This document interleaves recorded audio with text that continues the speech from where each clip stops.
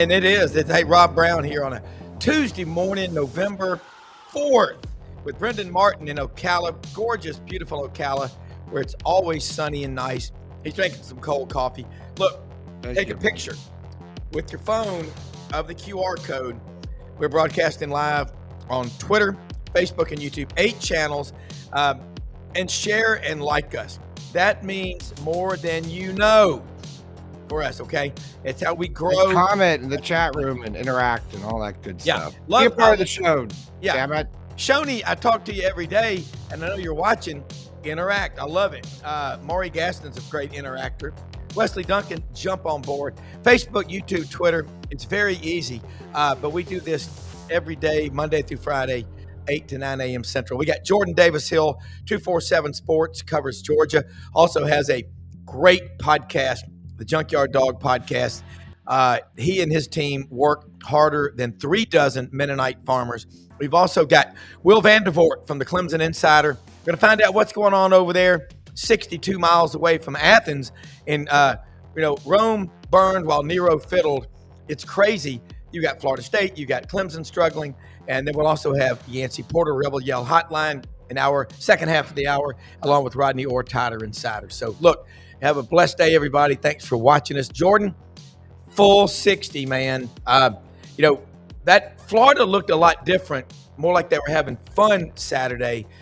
That game went a full 60. I was talking to you before we started the show. How big a deal it is to have a quarterback that the guys in the locker room have 110% faith in Gunnar Stockton. Yeah, I mean, you just talked to some of his teammates. We talked to Zachariah Branch after the game, and even on Monday we talked to Noah Thomas, who transferred over from A&M, and he was like, I knew he was a dog before I got over here. Just watching him in the Texas game last year, that SEC title game, and no, there's plenty to knock on Gunnar. His throwing mechanics, his motion's a little bit long. People are like, man, he's got to hit the ball out, but doesn't make all the throws. But, I mean, man, he's got ice in his veins in that fourth quarter. He just puts his head down and makes plays. And, he had a play early in the game. He threw it to Noah Thomas. Noah Thomas wasn't able to reel it in, gets picked off.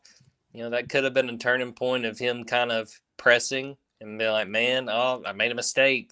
Mm-hmm. You just never saw it phase him. Did a great job. And, again, fourth quarter Gunnar, I'd take him in the fourth quarter over anyone in college football right now. He makes plays when it has to be made, and he made the plays Georgia had to have to beat Florida on Saturday. Yeah, and the one thing with a quarterback, whether if he's 6'2" or 6'5", whatever, he's just calm under pressure. It seems like he relishes being under pressure more than any quarterback that I'm seeing this year. Yeah, I mean, he knows where to go with the football, and he knows what he's looking at, and he deserves a lot of credit. Georgia takes the lead. Chauncey Bowens has about a 36-yard touchdown run, and Kirby told us after the game that Gunnar adjusted the protection at the line. He saw Florida was bringing pressure, so he adjusted the way they were going to block that play. And I asked Gunnar about it after the game, and he said, yeah, with what Florida was showing, the run we had called wasn't going to work. So he adjusted the offensive line and helped spring Chauncey Bowen. So, I mean, he's just, I think Kirby called him a gamer after the game, just the way he plays. And, again, I mean, to have a guy that does not get flustered. And, you look at the SEC right now, there are some teams, and we were talking about before we started, Rob, that just don't have a quarterback, and you can't paper over that. And, again, Gunnar's not perfect. I don't think Gunnar is going to be that first-team All-SEC quarterback. But, man, he's putting Georgia in winning positions. His mistakes that show up and hurt Georgia are few and far between. With the talent they got around him, that's really all you need from him. He's doing what Georgia needs him to do, and it's a big reason why. Fascinating to see what this playoff ranking looks like on Tuesday night. Georgia will be in the thick of it, and I think they'll continue to be in the weeks to come. Tonight, yeah. It's funny what you say about Gunnar Stockton. I was having this conversation last night with somebody who was a little bit younger, and I was telling him how great Bernie Kosar was. And I made the correlation that if you're an athlete, what pisses you off more than anything else is that when you're out there, working and doing drills and trying to get better, and then somebody walks up with the most unorthodox everything. and then they're really good at it Yeah. because that just it's the sports psychology is they're playing their own game, right? They're playing within themselves and they're less concerned about all that's like the state of flow, which makes a great athlete, right? Mhm. Somebody who just knows how themselves so well. And you're like, how do you get like a golfer with an unorthodox swing? Like, how does he get back to center, right? Like, Yeah. or she do this? Like, I don't know. I was having that discussion last night with somebody else on a podcast, and I think Gunnar Stockton's a lot like that, don't you think? Yeah. For sure. And he's a guy that, when we start talking about the 2026 NFL draft, there's probably not going to be any mention of Gunnar Stockton. There's pretty good chance, he comes back and is at Georgia again next year. But if you're a Georgia fan, I say you should be excited about that. I mean, this guy makes plays.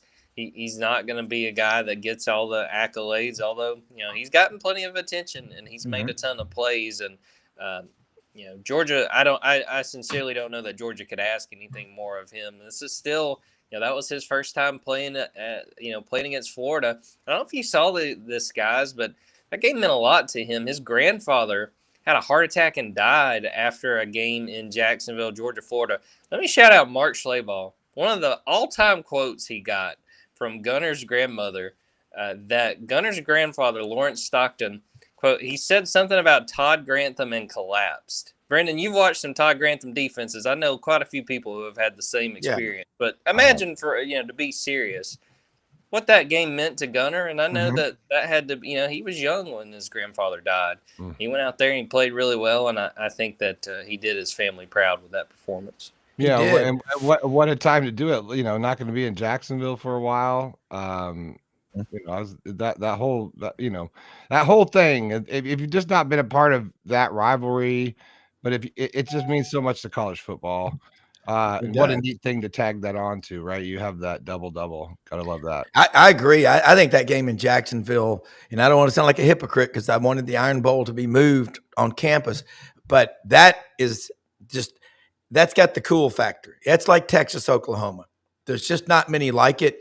And I was telling Buddy last night, Brendan's dad, Buddy Martin, I got to be on his show. And I said, to me, Florida football fan base is not Naples and South Beach and these big cities. It's small town Florida. Their fan base is just like the fans at Auburn and Georgia and Alabama. They are tough. And I tell you, I'll make a comparison right now who Gunnar Stockton is starting to remind me of. Jay Barker, former Alabama quarterback. That's who he reminds me. He finds excuses to win, and the first thing you see him doing after the game is talking to all of his teammates. He's not about himself. He's got it, and you know that. But the rest of the team, you kept up with the stat last year, dropped passes. 37 for Georgia. What's that number at this year? It's not even close to that, I don't think. Haven't checked it in a while because it honestly hasn't come up. It came up pretty regularly. It was something kind of like the stock market. Wake up Monday and see what the number was. Yeah. But no, I mean, they've done a fantastic job. And we talked about it in the offseason that they made a concerted effort to flip this room. I mean, that they go out. Zachariah Branch, man. I mean, Gunner's the MVP of this offense, but if you're looking at, you put it on a podium, I think that Zachariah Branch is second with the silver medal. I mean, he's been fantastic, and he's going to be big going forward now that Colby Young is out, having fractured a bone in his leg against Ole Miss. No, I mean, the receivers have done a great job. They've been very reliable, and, I think a ton of credit deserved to Georgia, to Kirby Smart, to James Coley, the receivers coach. They put in the resources to go flip that room. They did it, and I mean, it's just made life easier for Gunnar Stockton. And I think that, if you were looking at the same drop issues that we were talking about a year ago, I mean, how much confidence does a first-time starting quarterback have? I mean, it'd be super easy to get frustrated. And, I thought a lot of people were on Carson Beck last year, sometimes fairly, sometimes not. And the part that I thought wasn't fair was, man, I'd get mad if I'm throwing, passes and we're dealing with drops like Georgia was. They've done a great job. They knew they needed to surround Gunnar with talent. They've done that, and that talent has lived up to expectation. All right, you got to go to Starkville. That's a tough place to play. Since they bowled in the Seal Center, Mossy Oak has gotten really involved, Toxie Haas and the people down there. You got Bill Jordan, Realtree Camo with Ole Miss. I met him one time in the newsroom at Channel 3 in Columbus. He was a wide receiver with Archie at Ole Miss. So you got the two Camo Kings, but that game, 60-something thousand, 63, 64, the Cowbells. And Brendan in the preseason, I give him credit, was on point about State. And I like Jeff Levy. What's going to keep you up at night if you're Georgia about Saturday, Davis Wade Stadium, Scott Field? I don't know that Georgia has to worry about getting caught off guard because I think they recognize that it's going to be a real challenge. Also, 11 a.m. local kick, man. Like, that just screams, oh, man, this game is going to be tighter than people expected. And Jeff Levy deserves a ton of credit. I mean, not only, I hate those early games. I hate the early game. It's when you have a big fan base like Georgia, Florida, whatever, it's so hard for them to get up for it. I swear it just takes a minute. Yeah. And I mean, they've been right there against Tennessee, against Florida, against Texas. I mean, games they should have won. And I honestly think that Georgia probably should be happy that they beat Arkansas last week because I think, you would see a team super desperate. Now, that is just their first SEC win since October 21st, 2023. But they broke through, and they deserve a lot of credit. And not only are you going to have to deal with the noise, the cowbells, the thing I pointed this out on a couple other radio hits this week. Y'all keep an eye on Anthony Evans for Mississippi State. He's a receiver. He was at Georgia last year. And I think that Anthony knew after last season, look, I'm probably not going to play a ton if I stay here at Georgia. Let me go in the portal, land at Mississippi State. He's been fantastic. He's been one of their top receivers. So you got a little bit of that of, this is a guy that was at Georgia and probably wasn't in Georgia's plans for 2025. Watch him and shout out to the backup quarterback, Kamario Taylor, who played a little bit in that Arkansas game. He wound up getting SEC co-freshman of the week. It's a guy Georgia recruited quite a bit. They wanted to try to flip him to add a quarterback in the 2025 cycle. He stays at Mississippi State. If I'm not mistaken, I think his brother either is being recruited there or is also there as well. So there's a few guys on Mississippi State that they got a little bit of moment, some motivation going into this game against a Georgia team that, like we've said, they've struggled to put teams away. You might be playing with fire if you do that with Mississippi State on Saturday. Well, didn't they have to come back 4 times, Georgia, already this year? And you look at this matchup with Georgia. Dave Bartu was on with us yesterday morning on Mondays with Coach Cordelli and Johnson. They don't have a top 25 offense or top 25 defense. Last year, they were 15th out of 16 in the SEC rushing. They beat Texas twice, won the SEC. That tells you they play that full 60. Georgia's different. I don't see another team like them, the way they're built. Talk about their defense, and they just make plays when they have to. It's one of those things that the longer I've done this job, you can't completely throw the statistics out, but a lot of the time, like especially with an individual game, I just have to go, man, they found a way to win. And I was looking at this today.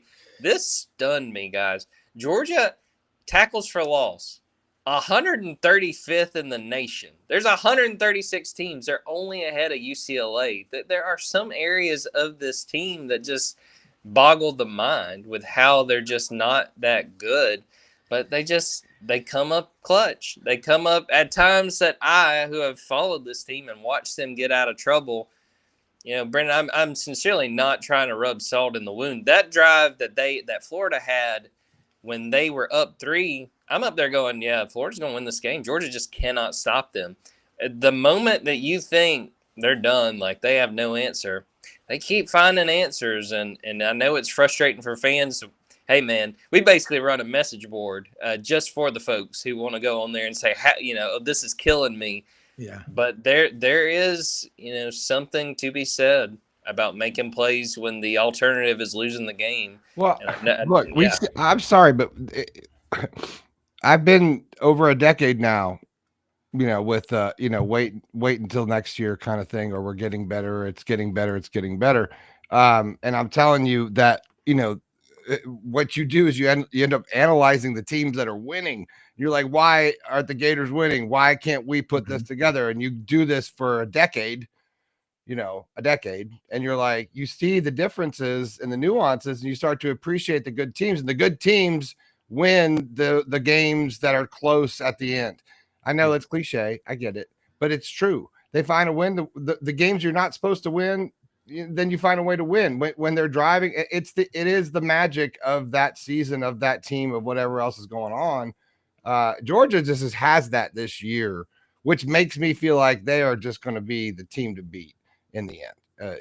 I really believe that. Yeah, and I would say it reminds me a lot of peak Nick Saban Alabama, because Georgia experience had a lot against Alabama where, I think of multiple SEC title games and even the 2017 national title game where I know Georgia fans were going, we got them. We finally got them. And even to make a different sport comparison, we just saw it with the Los Angeles Dodgers in the World Series. There were multiple times where I was like, well, Toronto figured it out. The teams that have that winning DNA, it's so cliche, and but sometimes it's just that simple.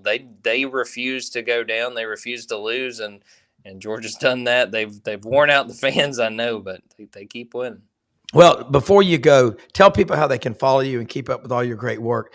And I'm with Brendan. If you put it out there, and we hear this from fan bases, we're terrible, we can't win, get rid of our coach, you'll get what you ask for. You gotta the positive mindset. I'd love to know if Dr. Kevin Elko works with Georgia, or who the psychologist is who's getting in their heads, because those guys don't think about losing. No negative thoughts in their mind. It is amazing. And they're going to be in Atlanta, and they're going to play Alabama for the SEC championship, and they're going to win, because I predicted it. So I got to say that. But anyway, thank you so much as always. Love it when you're on. We got to, and sometimes we get to go longer with you, but tell them how they can follow you, and we'll do it again next week. Rob, I'm pulling for that to be true, too, because that was my pick. I also picked Georgia, Alabama. But dogs247.com on Twitter, at Jordan Davis Hill on Twitter, at dogs247. Junkyard Dogcast is the name of the podcast, and we're going to do another one Tuesday night, a little bit later than we usually do, but we're going to do it after the first playoff ranking. Okay. React to that, talk Georgia, Florida, talk about Auburn's coaching change. I'm sure you guys have gotten into that here. Yeah. A lot of good stuff. And basketball season 2, Georgia, big win over Bellarmine on Monday night, so a lot of basketball coverage as well. So appreciate you guys having me on, and looking forward to catching up next week. Boom, you too. Have a great week. Bye, all right, Will Vandervort checking in with us right now. Steeler Will, what a badass. From the mean streets, the Warehouse District up in Pittsburgh, PA. Our intern, Oakley McFerrin, is the biggest Steelers fan I've ever met in my life until I met you. But I've never met a Steelers fan. A hardcore Steelers fan will get liquored up at night and call Permane Brothers sandwiches so that woman can answer the phone. He goes, "Yellow." She's tough. How you doing, man? I'm doing good. Always better when the Steelers win. So I'm always a whole lot happier, and it's a whole lot more fun to come on and talk about football when I'm not aggravated with my Steelers. So yes, that's right. Well, look, what's going on with your Clemson Tigers? We're SEC. We talk ACC. We talk college football. We love it. Tell us your thoughts, because preseason, your top 4 teams were Penn State, Texas, Clemson, and Ohio State. And 3 of those are just Rome's burning while Nero fiddled. I don't know what's happening. Yeah, well, Clemson definitely Rome is burned. And you can't put your finger on one thing as to why. This is the same players that they had last year for the most part that went 10-4 and won an ACC championship and went to the college football playoff. And you can't really figure out what's going on with them. It's different things each week that show up. At the start of the season, the offense was struggling and they couldn't really get going, and the defense was playing well. Then you get into about week 3 or 4, then all of a sudden the offense is playing well, and then the defense isn't playing well. And so the complementary football has not been there all year, and it's been different pieces each week, something different. This past week against the last 2 weeks against SMU and Duke, it's been the secondary where just normal bus coverage is like simple things that they should be able to fix. Like you're in cover 3, you let the guy run right down the middle of the field past you. Yeah, how does that happen? You're cover 3. And then there's the touchdown where you got a cat blitz coming off the corner, and it's clearly the safety's got the guy over the top. He's got to take that guy because he's releasing. And how do you not know that your corner is blitzing? And he just sucks into the play action, and the guy runs right past him and goes 75 yards for a touchdown. That's 2 weeks in a row they've done stuff like that. And it just it's head scratching. You can't put your finger on one thing as to what the problem is. I think you can blame it on players. You can blame it on I think people getting their feelings hurt, and I think you can blame it on coaching. I think it's all the above. And and I think Coach Sweeney's trying to figure it out, and I don't think he really has a pulse of what it is that he's trying to fix. He says he wants to fix it, but I don't think he knows what it is. Well, look at these 4 programs: Florida, Clemson, Auburn, Florida State, all just hoping they get to a bowl game this year, Will. It's crazy. Yeah. This is insane where we are right now. I don't know. I think Clemson fans just want somebody to pull the trigger, and it's just over. I don't think they're hoping to go to a bowl game. I think they just want it to be over with. So that's at least the way it's coming off on the message boards as we're listening to what the guys are saying. Yeah. They're just they're done with it. They're mad. I mean, there's a lot of anger within the Clemson community right now, and they want people fired. I've even heard they want Dabo Swinney fired, which is ridiculous. But they want people. They want heads to roll. And so it's going to be interesting. There's going to be changes at Clemson. I put that story out Sunday morning that there's going to be major changes to the Clemson football staff. And so we'll see what exactly that's going to be. I mean, I got an idea, but obviously I'm not going to say what that is at the moment. I want people to keep reading my notes. Yeah. Well, and Brendan knows this, growing up with the dad who's a great sports writer, Buddy Martin. The Sunday morning conversations would be a cool podcast because you called me in the parking lot at Best Buy. I was trying to get some more equipment for the show, and my wife Audrey and I were talking with you. That was a cool conversation. You also just sent me something. Couple of little notes here. Can I say something about them real quick? Yeah, sure. Yeah, these are out there. So, yeah, sure. Yeah, it just said, could Dabo Swinney be linked to an SEC opening? Major changes coming to Clemson football. They've got – you talk about angry. Florida Auburn, Florida State, Clemson. Those fan bases right there. All of them. You get on those message boards, women and children put on the earmuffs, man. And but that means they care. That's why this misery will stop quicker than it would at most places, I think. Correct. Yes. Yeah. I mean, they're going to do something about it. The issues are going to be addressed. Something that's and we kind of hinted in our notes there is, Dabo Swinney. I mean, it kind of fell. This team has been so bad that this news kind of fell under the radar. But the big news is that Graham Neff, Clemson's athletic director, got a 5-year extension and a raise a couple weeks ago, which tells you that he's got the full support of the board really behind him, probably for the first time in his career as the athletic director at Clemson. Not that they weren't before, but when you're the new guy in that sense and you're a rookie athletic director, they're kind of seeing how you do things. Well, now he's got the board supporting him, and so that's a different dynamic now with Dabo Swinney. And for the first time, Graham's got a little bit of power and can maybe stand up to Coach Swinney a little bit more so than he could in the past, sort of the same kind of leverage. He doesn't have the complete leverage that a Dan Radakovich and a Terry Don Phillips had when Dabo became the head coach, but he's got some. And that's a different dynamic. I think that's going to lead to some changes. Now, the question is, does Coach Swinney like those changes, and is he going to oblige by them? That's where the major question is right now with Clemson. Well, IPTAY is so powerful. 1934. They started it. It was $10 a year. Mm-hmm. And we've actually had the CEO of IPTAY, Davis Babb, on our show about 5 or 6 times. He said, back then, keep in mind, 1934, you could finance the $10 contribution. I mean, it's a different world now, but that's the populist grassroots fundraiser, 35, 40 million a year. That offsets what they don't get in the TV contract. How's IPTAY doing right now? It's doing great. I mean, IPTAY had they had their,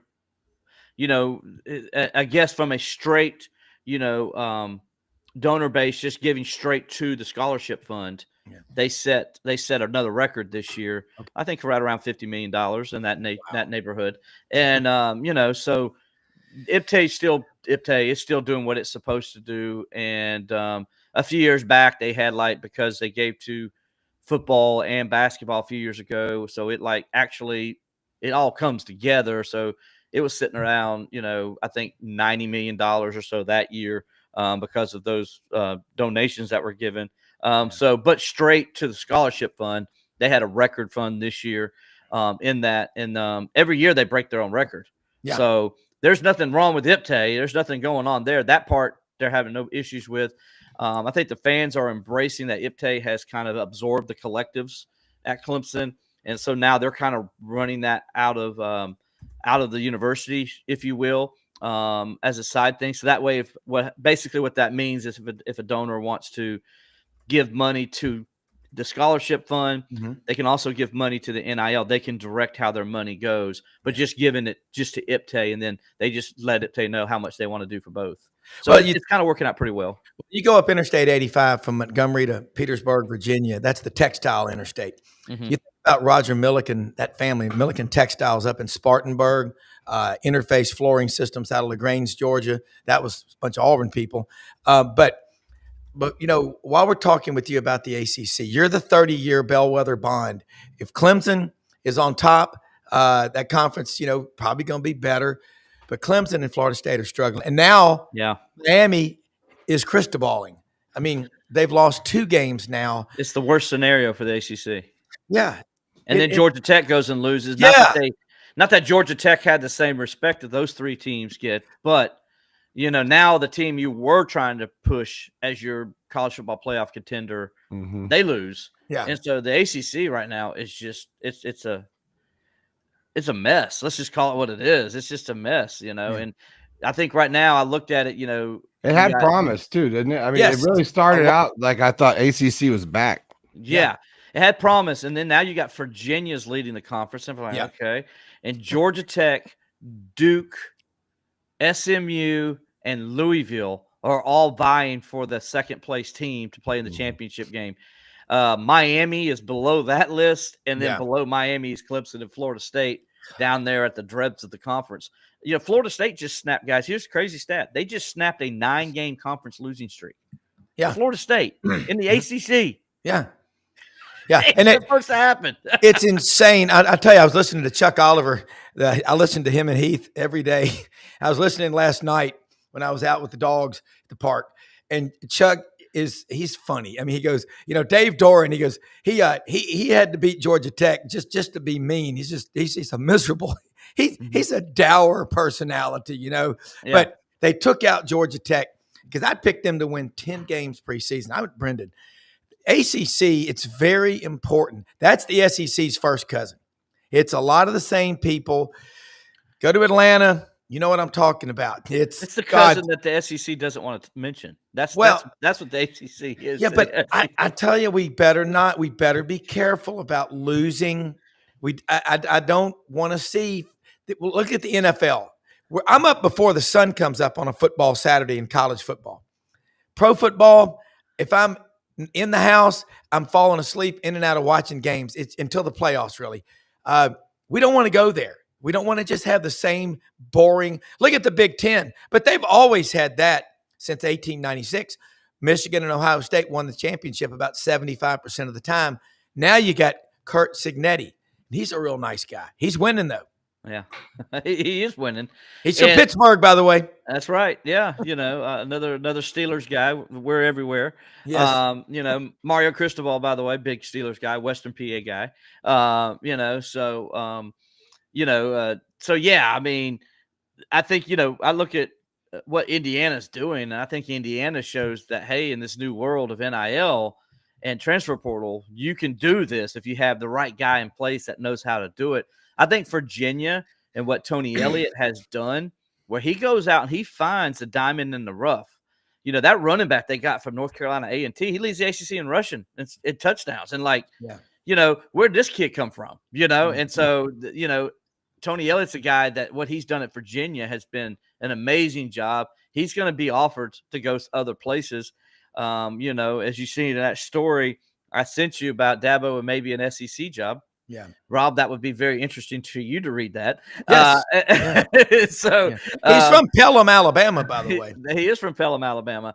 And so, you need to, Tony Elliott's a guy, if you're a Clemson guy and things do change to that part. I don't think ultimately it will, But if it does, Tony Elliott's a guy, if you're at Clemson, you kind of pay attention to what he's doing up there, because if you do have to go in and bring in somebody new, Tony Elliott's a guy you look at. I think Brent Venables is a guy you look at, a guy who's got a home here in Clemson still and comes to Clemson during open dates, and so like obviously loves the area and is still tied to it. And I know people at Oklahoma are like, oh, he wouldn't leave Oklahoma. Don't be so sure.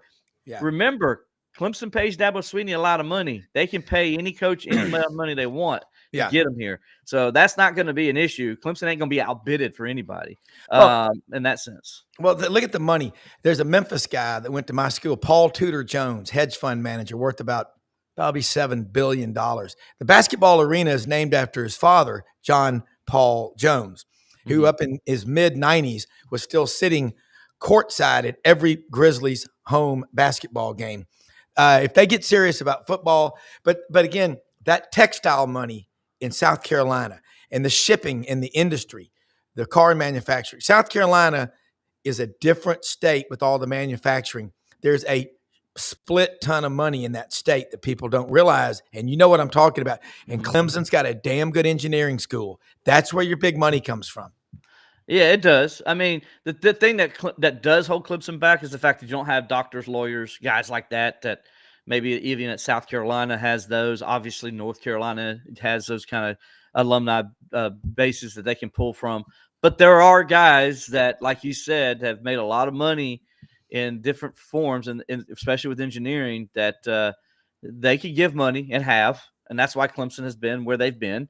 Yeah. It's and then IPTAY is a strong pull. Nobody has IPTAY. Nobody in the country. Nobody. Does. And IPTAY is, they find ways to get the little guy that helps out the program. It's like it's a lot like the Green Bay Packers do, where they have the fans have ownership into the program. Yeah. That's kind of what IPTAY is with Clemson. It's like the little guy. It may be a couple $100, but they got a lot of little guys that give a couple $100. Yeah. And that allows it to build up. And that's why, you got 27,000 or more donors. Clemson does. I mean, there's nobody that has that kind of donor base in the country.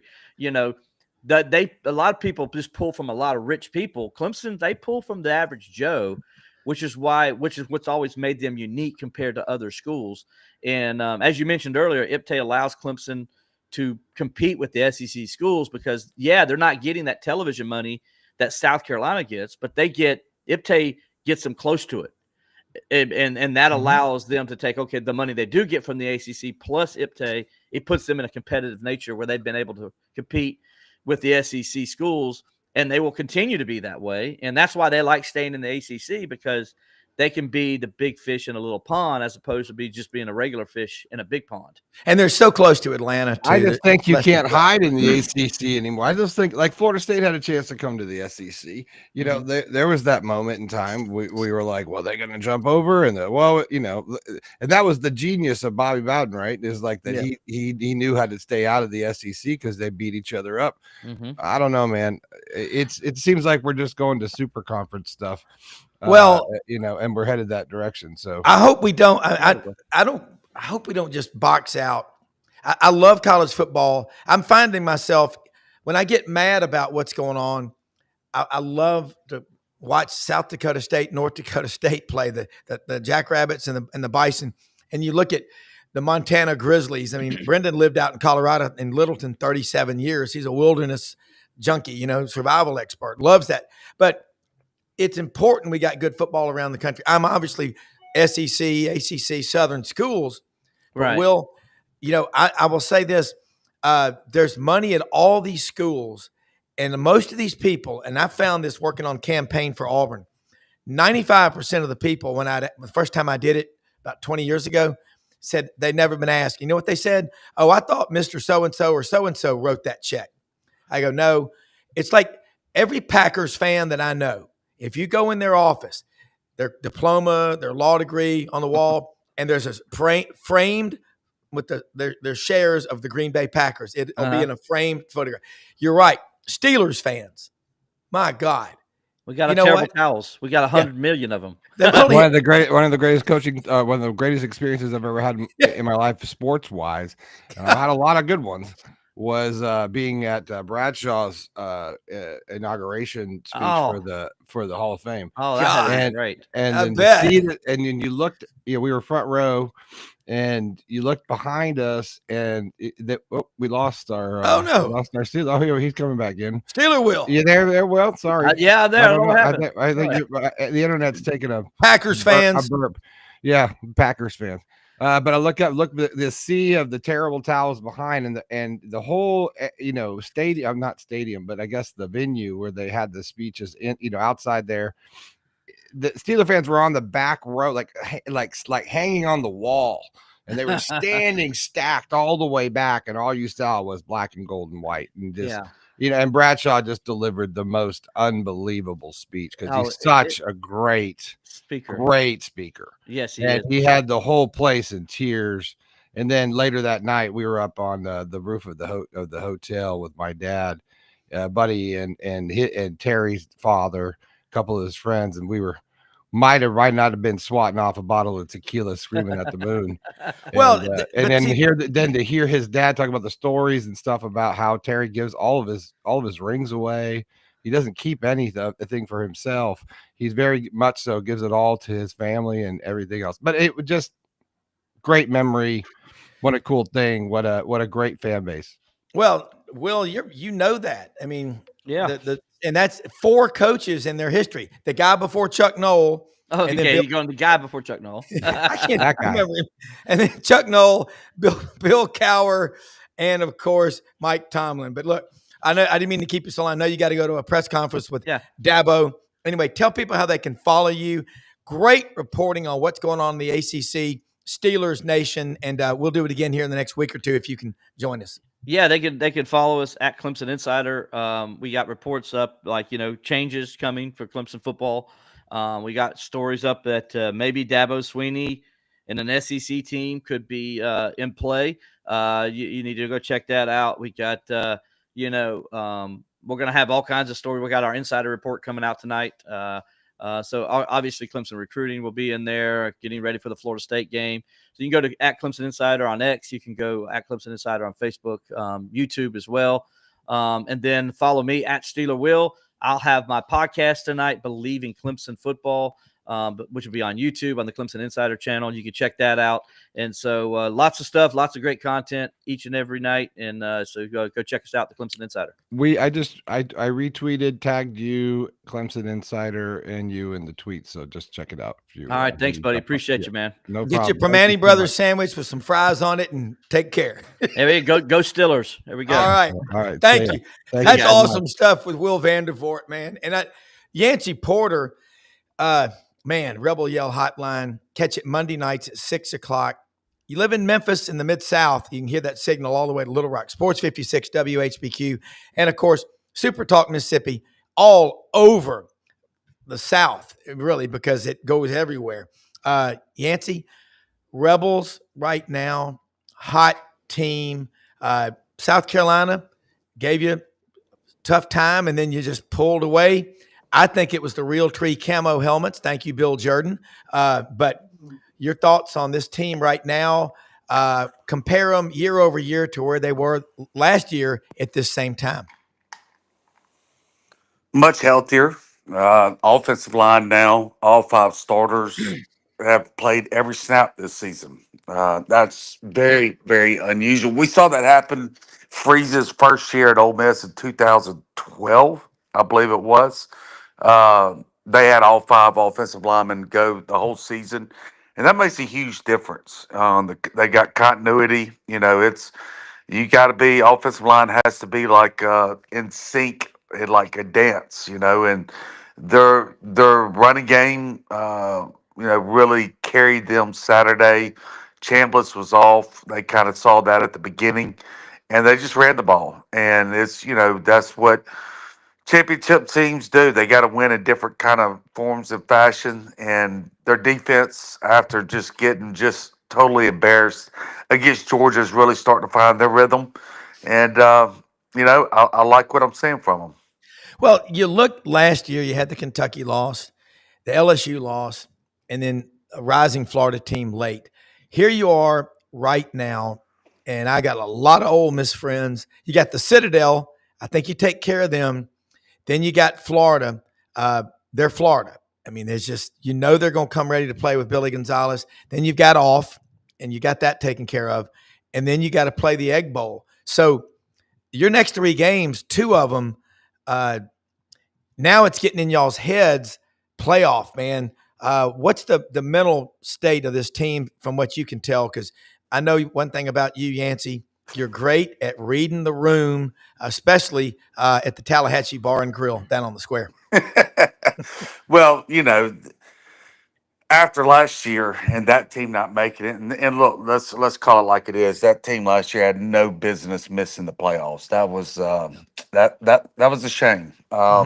So Ole Miss's fans are kind of guarded. They don't want to say we're going to make the playoffs after what happened last year. So they're everybody's cautiously optimistic, but deep down, everybody certainly expects to make the playoffs.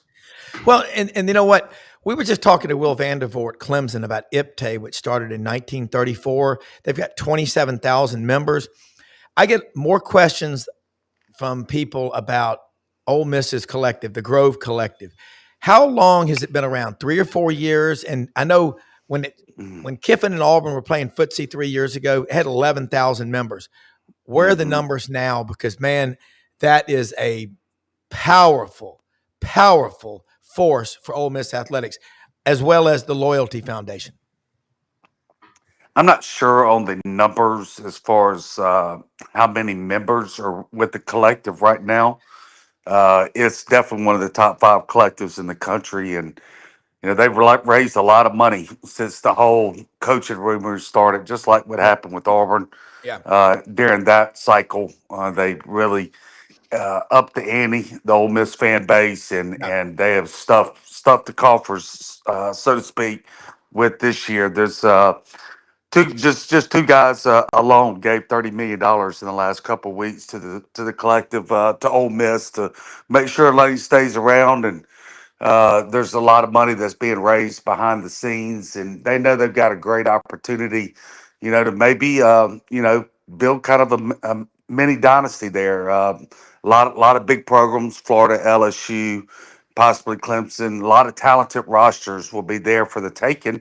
And what's really happening right now, all these other fan bases are doing the PR for Ole Miss right now. They are just singing Lane Kiffin's praise, and behind the scenes, their players are now trying to, kind of arm wrestle to come to Ole Miss next year, with a lot of these rosters from Florida to LSU, and namely. So it's kind of like the perfect storm right now happening for Ole Miss to really be able to set themselves up to go on a run for the next 2 to 3 years. Yeah, I mean, you're right. That's a brilliant take on it. Rodney Orr, Tighter Insider, it's only $48 a year. $48 a year to get the best coverage anywhere on the Crimson Tide, all sports, and the message forums are great. There's some people on there that really know what they're talking about. Then there's some people from Bryce that get their privileges to get onto the message boards from time to time. But you will learn about Alabama on another level. And Rodney's got a new phone today, so he's working through some issues. We had him, and then we didn't. Yancy, you got the number 3 accounting school in the country. I like to connect the dots. As a longtime financial advisor, it's what I do. But I connect the dots. The number 3 ranked accounting school in the country at Ole Miss. A great law school. I mean, one of the most powerful forces in the world is a Mississippi lawyer schooled at Ole Miss from the Delta in a courtroom. What did Winston Churchill say? There's nothing more powerful and compelling in a forum of speaking than a Southern drawl. I love it. I'm drinking coffee. But anyway, Rodney Orr, let's take 2. Rodney Orr in Tuscaloosa. Rodney, how are you? Doing well, Rob. How's it going today? Y'all guys doing all right? Good. It sounds great. You got the new phone. What'd you get? An Android? Yeah. It's I'm sorry, and it's been kind of touchy. No, it sounds good. It sounds great. Well, good. Yeah. Well, I'd had the other one for a while, but I'm an Android guy, so I got me a their latest and greatest Samsung Android, the Ultra 25. I guess that's the latest. I don't know. Something else might have come out since I got it over the weekend. Hey, I bought a new iPhone last year. 2 days later, they came out with the iPhone 16, but I said, I don't want to wait. Just nothing wrong But I with did that. hear Yancey's comments about, the status of Ole Miss and all these the other programs actually doing PR for them. And, it is true. Yeah. It is true. Lane Kiffin, for all his earlier issues or whatever you want to call it, the ups and downs that he's had in his career, he might be finally peaking. He might be finally peaking. I've always thought Lane potentially could be a top 2, 3, 4 type coach, if he could just manage everything he's got to deal with. And what he's doing over there at Ole Miss is unbelievable, actually, to me. Yeah. He's doing a fantastic job. And, I think, a lot of these changes that have happened in college football probably play into his hands a little bit. Yeah, it's an incredible atmosphere. And before I go back to Yancy, I got to ask you, Rodney, Ty Simpson and Alabama. They got LSU coming to town with an interim coach, Frank Wilson. He's been around this a long time. People say he's a great recruiter, but what do you think? What are you looking for to happen? Alabama, since the Florida State game, has been on a tear. Well, and I need to look at LSU closer today. I've certainly looked at them some. Haven't had a chance to watch them much. I mean, obviously, they're very talented. They came into the season with a ton of high expectations and just haven't met them right now. But they're a very dangerous football team. I mean, Nussmeier's probably been a little up and down, but he's a talented kid. He can make plays. He can throw the football. Yeah. They're going to have athletes. I know that defensively they've been pretty good. I mean, 325 yards a game they're giving up. But obviously they're in a little bit of disarray with the change. You never know how that's going to impact the team, the mindset. But I don't know if you guys heard this, but I was told that Frank Wilson used a really good tactic that he basically told the guys, look, if you're thinking about checking out right now, you're making a bad decision for yourself, because now's an opportunity to steal one from Nick Saban to create value for yourselves. Whether you plan to stay at LSU, go to the NFL, hit the portal, now's the time for you to create value for yourself. And I really thought that was a great tactic, if that's exactly what he did, because it does. It kind of lets the player know, hey, you know what? You might think there's nothing to play for right now, but there really is. For you individually, there's something to play for right now. So I thought that was really good. So I would expect LSU, to come out and be pretty loose, actually. Yeah, and that's a great take. And Yancy, you look at Ole Miss, Lane Kiffin, he's got those guys dialed in. I got to ask this question every week on the opponent, and I'm going to say this with a straight face. What's going to keep you up at night if you're Ole Miss about playing the Citadel? I had to ask it. Just keeping everybody healthy, right? Yeah. Like I said, they've been blessed. I mean, there's very few years that I can remember, covering or as a fan, that you go through a season with this few injuries. Offensive line is so hard to keep together. And as I said at the beginning, they kept all 5 healthy all season. And they've had very few injuries at other spots. They had some defensive back injuries before the season started, and that kind of slowed their development. But they're back on the field for the most part, and just staying injury free. All right. So, Rodney, you look at Alabama right now. Same thing. They've been pretty healthy this year. Who are a couple of guys who've really stepped up that you were waiting on to come forward that are finally, after 3 or 4 years, really there? Well, first of all, I think, you mentioned the injuries, and I think the key is against South Carolina, they actually were missing a couple of guys. Isaiah Horton got injured during the game early, and I thought that really hurt them. And I thought, too, Lightseer Brooks, the outstanding true freshman receiver, he was out for the game. So I think those two guys coming back in this game against LSU, really important for the rhythm in the passing game. Because, listen, You had Jeremy Bernard obviously had a big game against South Carolina, especially at the end. But Ryan Williams has not been Ryan Williams. He's just not. And against South Carolina, he had another really big drop. It was crucial. And so you were down to one guy that you could count on in the game. I hate to say it that way, but it's true. Now, Josh Cuevas did come through with a couple of catches too. Yeah. But hopefully, Ryan can kind of stabilize, and with Brooks coming back, with Isaiah Horton back, I think that's really big because listen, I'm gonna tell you, I think it's pretty clear. As this Alabama passing game goes, so goes Alabama. I mean, defensively, look, they're not great. They're not dominant. They're not going to be, not right now anyway. They don't have the defensive line talent, to be honest with you. They're solid up front. They're okay. There's some guys that are good, but they're not some of these other defensive fronts that we've seen around the country, around the SEC. So defensively, just keep doing what you're doing. I mean, they're not giving up a ton of explosive plays. They've been pretty decent on third downs.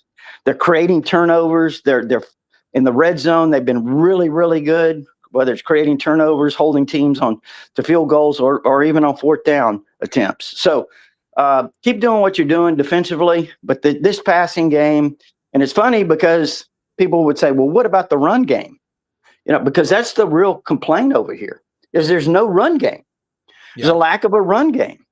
And I think here's what I would say about that is, real briefly, that is that I'm not sure it's going to get a lot better this year. Yeah. It may get a little better.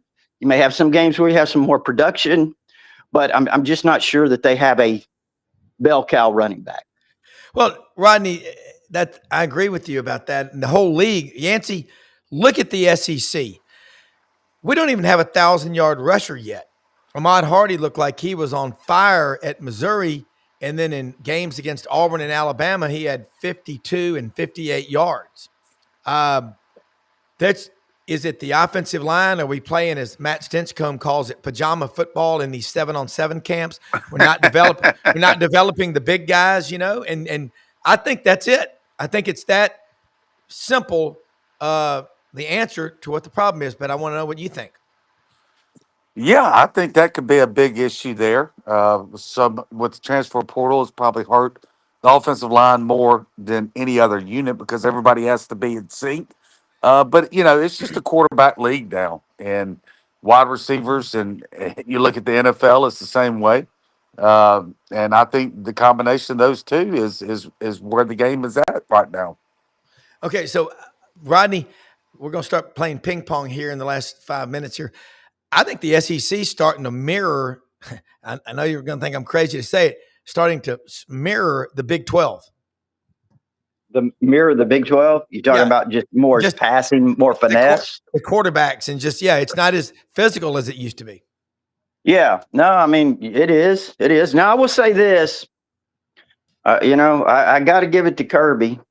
He's got a pretty good run game. I mean, they may not be dominant, but they're good. They stick to it, and I think the balance that they have, Gunnar Stockton's really stepped up. Yeah. Made some plays. So, but overall, I understand exactly what you're saying. Yes. And that's, Yancy, would you agree? I mean, I'm not saying we don't have great players in the SEC on defense, whatever, but the average margin of victory is less than 10 points. Yeah, I think every line in the SEC this week within the conference is touchdown, except for one. I believe somebody's 11.5 point favorite. I can't remember which one. Alabama is 11.5, and I'm not real sure about that, but that's what it is. Yes. Yeah. So I mean, it's Vegas is the truth serum. They're going to let you know, and it's really it's become a lot like the NFL. Yeah. So you look around tonight, Rodney. What are you looking to happen? What do you want? Where do you want to see Alabama come in these CFP rankings? Oh, listen, those things, great to be in position, whether 3, 4, whatever. But you know how it is. This week, it's just for show. Yeah. I mean, there's still way too much out there. Yeah, I agree with that. Yancy, where do you want to see Ole Miss? Same thing. Yeah, I mean, I think they're going to be 7 through 9 somewhere. It wouldn't surprise me either one of those three spots. You just kind of, I guess the first poll is just to kind of see what the committee thinks about you, and then you go from there. All right, one more question here in the next 30 seconds. Rodney, who's your offensive player of the year in the SEC right now and your best defensive player on any team? Just one. Well, I'd be the worst to ask that, honestly. I mean, I just haven't seen enough of them. Yeah. I mean, from my perspective, and again, it's limited. There may be somebody better, but I would have to say, if I'm just looking at my perspective, I'd go Ty Simpson on as an offensive player right now. And again, I could be wrong on that. Defensively, I mean, I don't know. I just haven't seen enough of the guys, Rob, to kind of do that. Anybody on that Texas linebacking core? That's what I think. Yeah. Well, they look, that front seven of theirs is, they look pretty good. I think they're top 3 defensive efficiency in the country. So that's what it is. Okay, right. Yancy, anything different? No, I'm right there with Rodney. I think Ty, the offensive player of the year, and on defense, they're just not is that one guy to me that stood out above the rest. I mean, that's going to be a hard call. Yeah, and I'm not sure if Harold Perkins, what his status is, but I know he's got a big deal with Raising Cane's chicken tenders, and that's not a guy you want to get sideways with. Hey, y'all are 2 of the best. Blessed always to have you on. Yancy Porter, Rebel Yell Hotline, Rodney Orr, Tighter Insider. Thank you so much for sharing your time with us, and we will do it again next week. Folks, follow these people. Get pen and paper handy. You'll be smarter for it. Thank y'all. Thank you, Rob. As always. You bet. And let me say something about Landers Ford. Look over my left shoulder, LandersFordMemphis.com. Open every day of the week except Sunday. Ask for Brad Bellamy, the general manager. All the cars, trucks, SUVs, and pre-owned vehicles on that giant lot at Poplar and Houston Levee. Again, ask for Brad Bellamy. Don't get all the angst and stress about looking for a new vehicle. Just ask for Brad Bellamy. Tell them you heard about him on Sidelines. They'll walk you through the process. They are the best corporate partners imaginable, what they do in the Mid-South. And they'll deliver anywhere. The Ford Power Promise means a lot. Ready, set, roam, free. And look, they are right down the street from our good friends at Hewlett & Dunn Boot and Clothing Company. Open every day of the week except Sunday. Hewlett & Dunn on Instagram. Boot of the week. Man, I saw so many people in there yesterday buying boots. God, they sell a lot of boots. They got over 7,000 pairs of men's and women's and kids' boots. Great looking boots. Higher boots, Stetsons. Man, they've got them made out of everything. Imagine. I got a pair of Greater Kudu boots. That is a big, kind of like a ginormous deer in Africa. But they've got them made out of everything. You can ostrich, snake, python. They got them all. The Barber men's and women's clothing, the Duckhead. I never seen anything like it. The Filson Wrangler collaboration. They've got all that gear in there. Check it out. Charles Hall, Laura, his wife, Lydia, Raven, J.M. Huffman. These best are my people. boots, Rob. Look at these. Yep. Look at those boots Those right there. are the You boots go. I got. They're so Now, that's Feral Boar. That's right. Those are good looking. Those are good looking boots. And look, I got them on right now. That's right. I love them, and they make you tall, and they're good looking. They're a conversation I don't need to be any piece. taller. That's right. It's 6'4" and 212 pounds of muscle. That's right. And look, I'm going to tell you, when you get something, Brendan's right. It's great. The box, they ship it anywhere, HewlettandDunn.com. And look, Rumble Boxing Gym, Union and McLean, Midtown Memphis. How you fight is how you live. Open every day of the week, get in the best shape of your life. And look, Tom Martin's Body Shop, I always talk about them. They've been with us from the beginning. G.E. Patterson and B.B. King, the best body work around, Tom Martin's Body Shop. And the Lights Out gummies, holy cow, 25% off. Use code Sidelines at checkout. They'll be delivered quickly. They absolutely work. Hey, most often, we see the face of Christ in the least among us. For executive producer Brendan Martin, I'm Rob Browne. Stay tuned to this channel, and thanks for watching. It's going to be a great day. Go make something great happen. See you.